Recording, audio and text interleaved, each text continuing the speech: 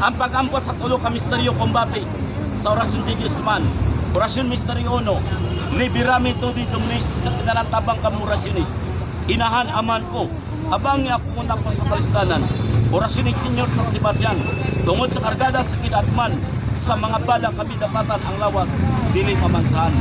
Diba Salvador Galasin para kombate. Misteryo 2, pitisan mo po kami. Arong silang kanan nasa kampo, buko nila Senyor San Pablo, Senyor Santiago, ang mga mas amalayo ninyo. Jesus Maria Santissima, sa mga kaaway ko, ay nakasakto rin Indicator Puasi, Aris Patinum Aparit Igusom, Ros Malpurasionis, ubanan mo po ako sa akong mga kaaway, ang mga armas, pamalayo ninyo, Juan Mateo Lucas Pugi, ang mga kanyon ng mga armas santos na bulan sa langit. Misteryo 3 sa Diyos man, sa Diyos anak, sa Diyos sa Espiritu Santo. Landagi ginawa sa kasinod ng among debosyon. Lungagi ginawa nga gibinis sa yuta. Busar kami tabangan, bisan unsang kalisod, mamulong kami ning sumusunod. So, kusikot Diyos ng solitaris kusom. Ginawa tabangi kami ang bidisong diskomunyon sa Pusil, Kanyon, Umba, Hangrinid, Masinggan, Baylita, Garan, Armalay. Ubang sa kalibutan nga molas kami sa tubig bangka, pintik, garuti, tunok, suyak, bato, mga gibang mapiraso sa among lawas. Kusog kagaya, takana mo ang bendisyon, o bato ba kami ang kunyan sa dagat. Igusom, igusom, igusom, Santa Rebecca sa baba, Santa.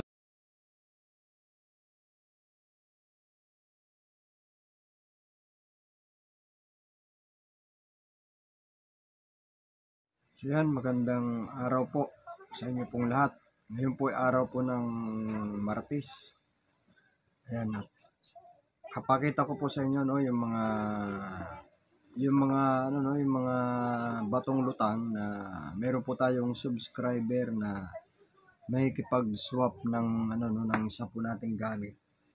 So ayan, yung mga 2 piraso na batong lutang. Tapos meron po tayong extra na binigay na isang utol din. Tapos ito naman po yung una natin na blinag na batong lutang. Ayan, para po siyang tikong bibig. Ayan. Talaga po talaga. Ayan. Talagang bato. So ayan. At mga ang po nito ito po yung mga original po yung kanilang kulay. Yan, pati po itong isa na parang pikong bibig siya. Original din po ang kulay. Tapos ito man po yung para po siyang brown. May pagka-brown po siya ng mga batong lutang. Pero bago pong lahat salamat po sa mga nag-subscribe kay Commander Kalanchaw. Ayan. Basta po tayo pakita lang mga lang po tayo, hindi po tayo, meron po tayong mga napapanood ng ibang mga yung ibang vlogger na nagpapahapyaw sa atin pero hindi po natin napapansinin yan sapagkat wala rin naman mangyayari So lang mga mutya lang o vlog natin kay Pinoy Agimat Ayan. Hindi po tayo nakapuntangan kay Pinoy Agimat sapagkat mga Friday po siguro pag may awa po ang Diyos at palarin po tayo pag-vlog kay Pinoy Agimat. So ayan, yung mga bumabating ko po sa atin ayan, hindi tayo pumapatol po niya sa mga ganyan mga pahaging-haging ayan, sapagkat sabi ko hindi pa ako mapatol sa mga ganyan, mga haging-haging na mga ibang mga vlogger na nagpapahaging kay Commander Kalanchaw. Hindi po tayo ganun na putak ng putak na parang inahin. So ayan ipapakita lang po natin itong batong lutang. Kaya po tayo mag-upload. Ito po yung tubig Ayan. Yan po yung tubig. Ayan. Lalagay po natin dyan Tapos ilalagay ko po dyan mamaya yung batong lutang para makita nyo po na talagang siya. Pero bago pong lahat, salamat po sa mga nag-subscribe muli. Sa mga bago pong mapapadaan po sa ating pong munting channel, baka naman paki-pindot na rin po yung notification bell para updated po kayo sa ating pong mga upload ng mga video. Ayan. Ito pong isa, kakaiba po siya kasi kakaiba po siya na bato. Medyo po siya, mabigat. Mabigat po siya, Pero magtataka po kayo, lumulutang siya. Para po siyang itlog, Lumulutang talaga siya, Pero siya, mabigat po siya na bato, pero lumulutang. Ang kanya pong kulay, po yan, original talaga yung kulay niya, So, ayan. Napakaganda po niyan na gamit po sa negosyo, lalo na po sa may mga tindahan, napakainam po niyan na gamit. Yung mga ganyan po kasi mga bagay, na mga batong lutang, yan po ginagamit po talaga yan sa negosyo. Pampadami po ng customer, para lagi pong maraming binta, kasi malaki ang kita. So, hindi po siya hirap sa financial, Ayan. Ito po, ayan. Talagang siya, talagang nakakapagtaka talaga, na medyo mabigat siya, pero talagang lumulutang sa tubig. Ayan. So, tanggalin ko na po itong batong lutang na ito. Ayan. Kakaiba siya kasi po siya, medyo mabigat siya, pero pag ilinubog sa tubig, lumulutang. Saka tingnan nyo, napakaganda niya. Ayan. Napakaganda niya ang bato talaga. Pero lumulutang talaga siya sa tubig. Kakaiba talaga na yan po yung mga yung mga tinatawag na bertudis ng kalikasan. Ayan. Ito po para lang po ito sa mga antingero o mga nahihilig sa mga mutya o mga bertudis ng kalikasan. Ngayon kung sakaling hindi po kayo naniniwala sa mga ganito, medyo lihis po ang inyo po maniniwala, malaya po kayong skip yung ating pong video, sapagkat ito po ay para lang po ito sa mga naniniwala. Kayo naniniwala sa kalikasan, naniniwala ka sa mga iniluwan ng kalikasan, mga tinatawag ng mga ganito, mga bertudis ng kalikasan, ibig sabihin maka-Diyos ka. Pero kung di ka naniniwala sa ganito, ibig sabihin hindi ka naniniwala sa Diyos nating Panginoon, Diyos, ang paniwala siguro kaliwa. Ayan, talagang, ayan guys, nakikita nyo, ilang minuto na siya nakababad, pero ayan, talagang lumulutang pa rin talaga siya. Dapat kung sa ilang minuto niya nakababad na dyan, dapat kung talagang hindi talaga siya, lulubog po talaga yan, kasi malalim yung baso. Ayun, malalim siya.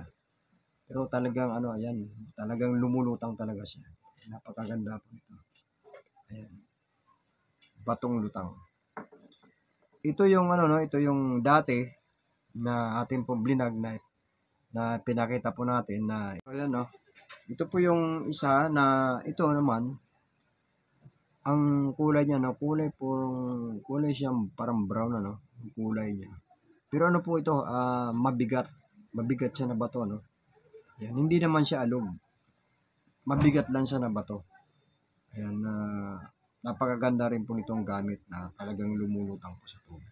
Ayan.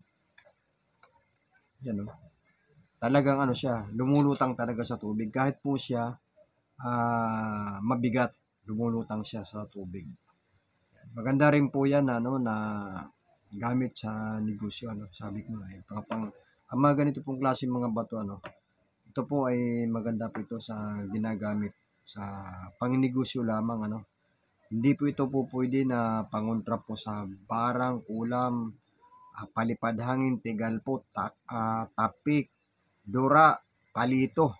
Ayan. Ayan yung palito. Sa mga mambabarang ginagamit din po yan. Mas matindi po ang isang espiritual na kaliwa kapag gumamit ng palito. Yan po yung nakakatakot. Kasi mas matindi po ang palito na ginagamit sa mga kaliwa. Yung mga dura, tapik, palipad hangin, tigalpo, yan. Parang normal na po yan. Pero ang isang kaliwa, kapag gumamit ng palito. Yun po yung mapanganib. Kasi mataas na po ang kanya pong nalalaman. Yan. Kasi marami po yan sa amin, ano, mga kaliwa, ang gamit nila palito. Yan. Talagang medyo ano sila, ano, hindi po sila mga ordinaryo lamang na ano, na tao. Kaya lang sayang, kanilang mga galing, ano, kanilang mga talento ginagamit sa kaliwa. Dapat magpapagaling, ano, kaso sila nagbibigay ng karamdaman sa tao. So ayan, itong medyo maliliit guys, yan 3 piraso, ano. Ayan. Kasing kulay din po nito, ano. Paro-pares po sila ng kulay, ito pong 4. So ito talaga, dito lang po ako bilib, ano, mabigat siya pero lumulutang. Ito naman, hindi naman to gaano mabigat. Normal lang yung kanilang bigat, ano. Pero ito mabigat pero lumulutang. Yan. Yun, no. Talagang mga ano po yan, mga legit na batong lutang, ano. Natural po ang kanila pong kulay. Ayan. Tapos ito pong dalaw, ito yung pinakamaliit. Yan medyo mas malaki po ng kaunti. Ayan. Mga lumulutang po ng mga bato na mainam po na gamit po, no, sa panghanap buhay. Sa panghanap buhay lang po yan ginagamit. Hindi po yan makakasapat kung gagamitin na sasabing anting-anting, ano. Hindi po makakadipinsa yan. Sa hanap buhay, mainam po ito. Ilalagay lang po ito, no, sa pouch na kulay pula. Yan, papahiran nyo po muna ito ng langis, ano, papahiran po ng langis, mga araw po ng Martes sa Biyernes. Tapos ilagay po sa pouch na pula, tapos isabit po sa tindahan.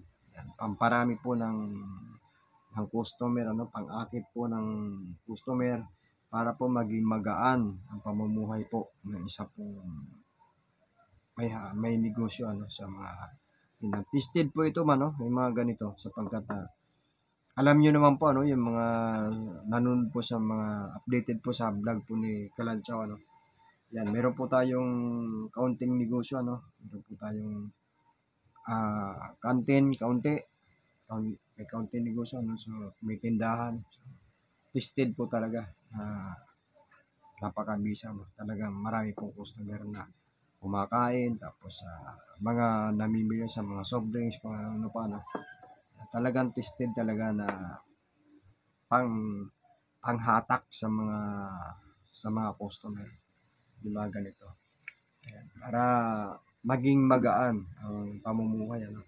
Sabi nga po, ano, sa mga ano po natin na hindi po highouse pagdating po sa financial. Nakakaraos sa awa ng Diyos, nakakaraos sa araw-araw. Yan, at nabibili yung gustong bilhin. Yan, at nakakain po natin yung ating pong gustong kainin. Yan. Yun ay sapat-sapat na, ano, na biyaya po ng ating Panginoong Jesucristo na makapangyarihan sa lahat, na nagbibigay sa mga taong, ano, no, mabubuting kalooban, at saka yung mga gumagawa po ng maganda po sa kapwa, na nabibiyayaan, ano. So yan po yung mapakita ko po sa inyo. Ito pong mga batong lutang, ano, na 5 piraso na dagdag, kasi ito dati naman na ito, ano. So 5 piraso na dagdag. So isa po nating subscriber, ano, na yan, na makikipag-swap sa isa po nating gamit, itong batong lutang. Yan, ito naman pinagkaloob ito sa atin ni Utolnas. Yan, salamat tol na yung pinagkaloob na batong lutang, ano, napakaganda. Yan. So muli, salamat po ng marami. Bless po sa ating lahat.